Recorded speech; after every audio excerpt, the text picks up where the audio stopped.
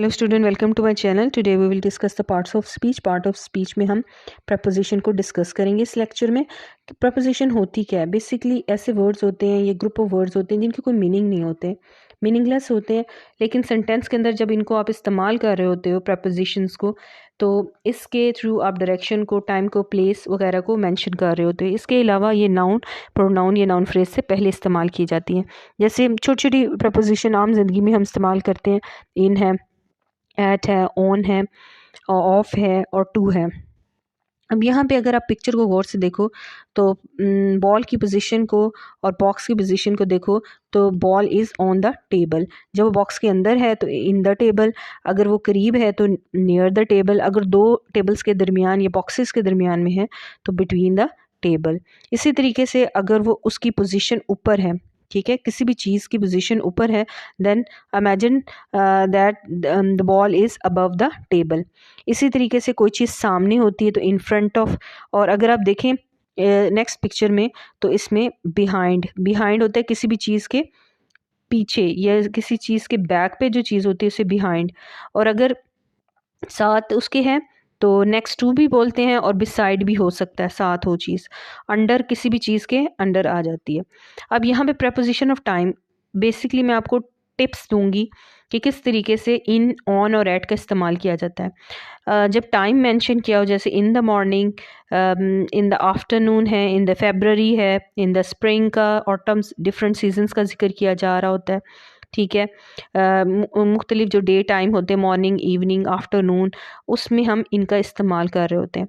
और some time अब years जो होते हैं, जैसे 93 है, 2013 है, इस तरह के जब मेंशन होता है स्पेसिफिकली, ठीक है, डे के मुख्तलिफ औकात, और इसी तरह डिफरेंट जो सीजन्स हैं उनका जिक्र आ जाए, या फिर ईयर्स का, तो हम उसमें प्रपोजिशन इनका इस्तेमाल करते हैं। ऑन कब होता है? On the Sunday, on the Monday, on the Wednesday. ये ऐसी प्रपोजिशन है जो वीकली बेसिस पे जितने भी डेज हैं उनके लिए इस्तेमाल करते हैं हम ऑन। इसके अलावा हम जो है, जैसे ऑन मई 5 की बात कर रहे हैं, वीकेंड की बात कर रहे हैं, तो on the weekend, on the weekend होता है, ऑन अ वीक डे होता है। इसी तरह ऑन अ हॉलीडे, हम कहते हैं ना जा रहे हैं, मना रहे हैं, जो हॉलीडे है, तो ऑन उसके लिए प्रपोजिशन इस्तेमाल करते हैं। तीसरी जो इम्पॉर्टेंट टेक्निक होती है वो आपको समझनी है कि ऐट कब इस्तेमाल किया जाता है।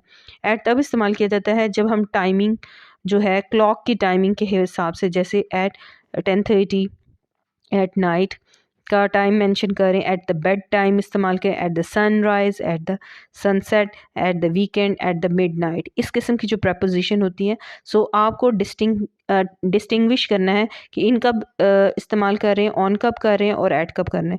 इन जब आप डे टाइमिंग को मेंशन को, ऑन जब है आप वीकली बेसिस पर, इसी तरह एट जो है आप किस तरीके से टाइमिंग को देखते हुए उसमें at night, at noon, at midday, at midnight, at bedtime, इस तरह हम इस्तेमाल कर सकते हैं, ठीक है।